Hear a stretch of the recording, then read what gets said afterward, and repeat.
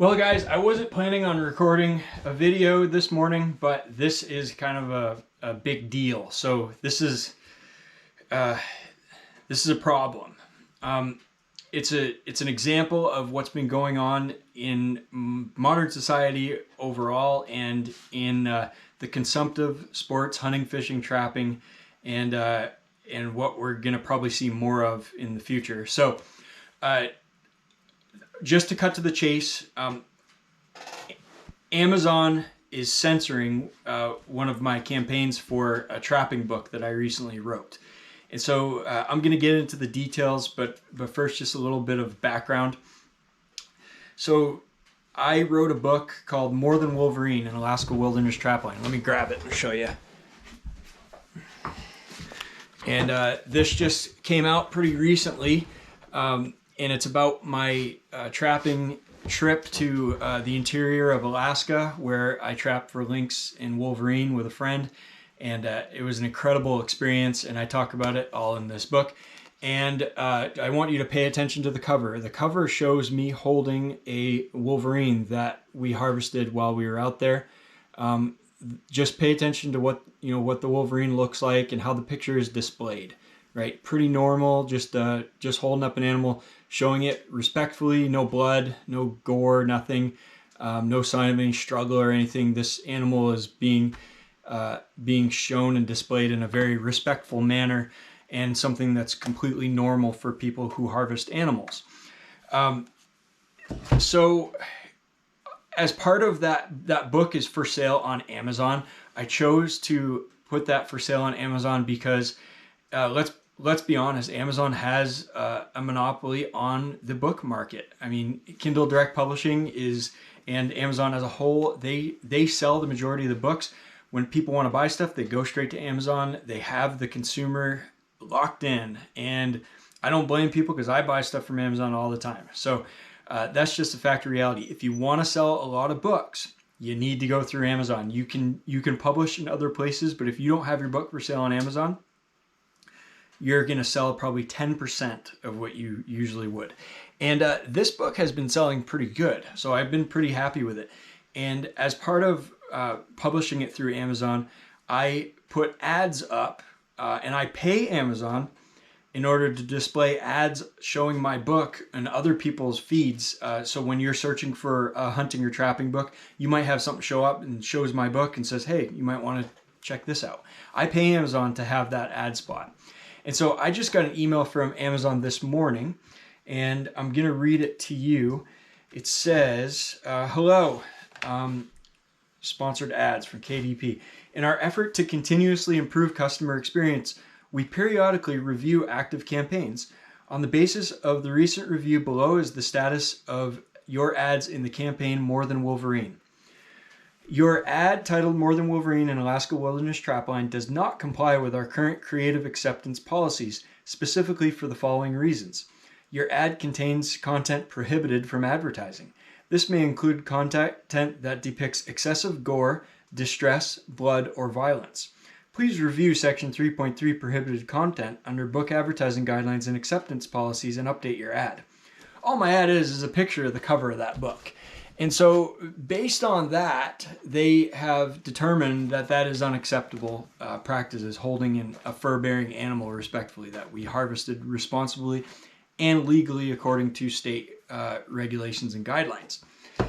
And so I have appealed this, and I have talked to somebody on the phone, someone from India I could hardly understand, but I was able to get my point across.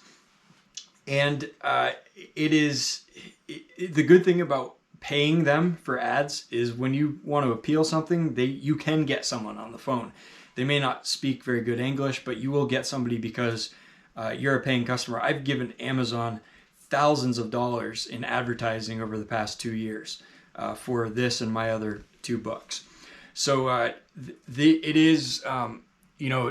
was able to talk to somebody, but basically where it landed was they elevated it to another review, and I get to wait 1 to 3 days, and someone's going to get back to me, not by phone. I'm assuming she's sending it to a United States customer rep from Amazon who I cannot reach by the phone. They will not. She said I could not talk to them by the phone. They're not going to have time to talk to me, but they're going to respond by email on whether my ad is going to be continue to be rejected and declined and shut down, or if I'm going to be able to have it reinstated. And so I don't know where this is going to end up. I'm a little bit concerned that I'm not going to be able to advertise for that book anymore. And if that's the case, it's only a matter of time before my Walter Arnold Maine Trapper book is also reviewed and determined uneligible because of gore and violence. Let's see if I can show you the cover of that. So this is Walter Arnold Maine Trapper, and it shows Walter holding a beaver up. And so how long is it going to take before that's considered inappropriate? And this has been going on for a long time. It's difficult for us because as consumptive users, as people who actually harvest animals, we are more and more of a minority, and the overall society, which is increasingly becoming run by big tech companies, including Google, YouTube, what I'm recording and showing you this video on right now. That platform is owned by a company whose employees do not agree with what we do for the most part. It's funny because overall society, generally is still fairly accepting of consumptive use of animals. And when you have trapping shows that go up on TV, like on Discovery Channel, you got Yukon Men, Life Below Zero, The Last Alaskans. They show people harvesting fur, and they're very popular shows, and they get a lot of good feedback from people. However, the platform online where we show our stuff is not as accepted because the gatekeepers are people who work in big tech who honestly have no background or understanding of what we do and why we do it. And so they see something that says trapping, or they see an animal and they assume, well, that's cruel and inhumane because that's all they've ever heard. That's all they know. It's unfortunate, but it's true. So this happened a couple of years ago. Amazon stopped allowing traps to be sold on their platform, which was a pretty big deal.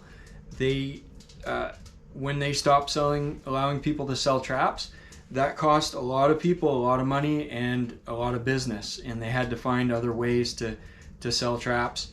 Amazon still allows you to sell, and it cost me a lot of money because I advertise for traps on Amazon on trappingtoday.com, and I did quite well on that, sending people to the right place to get traps. Well, when that stopped, I lost a lot of revenue.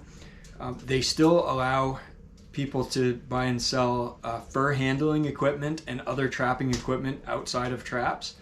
But someday that's probably going to go away. And I make a lot of the income that I make off of trappingtoday.com comes from the sales of fur handling equipment and other related equipment. So this may all blow over. It may not. But it's just a sign of we're getting kind of choked in and boxed in as outdoors people and consumptive users, where it's going to be harder and harder for us to be on these platforms. And unfortunately, that's where we reach people. I have 6,000 subscribers on the YouTube channel. There are a ton of people who wouldn't have a clue what Trapping Today is if it wasn't for that YouTube channel. And if I decided I'm gonna upload all my stuff to Vimeo, I'm gonna make people pay, or you're gonna have to go through a different website to watch my trapping videos, people aren't gonna go. I don't even think I'd get 10% of what I get on Amazon, because people are locked into Amazon. They have the app on their phone, they have it on their computer, everything is there. So it's essentially a monopoly. You're either on Amazon or you don't exist. Or on YouTube, I mean, you don't exist. But it's the same way with Amazon.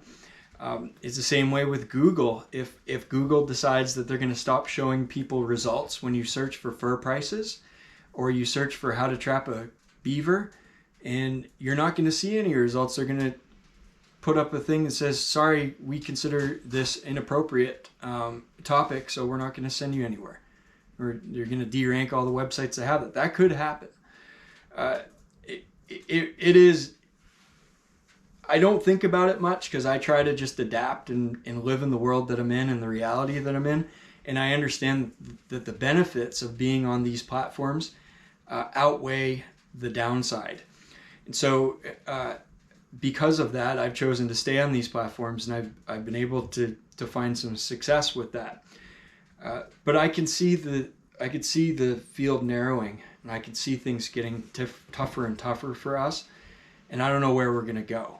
So we may be forced in, which is odd because, I mean, we're not doing anything that should be considered unethical or controversial or anything, but because of the different ways that different humans view animals, we have been kind of pushed onto this little corner of the web, or we could be pushed into this little corner of the web where we're kind of outcasts.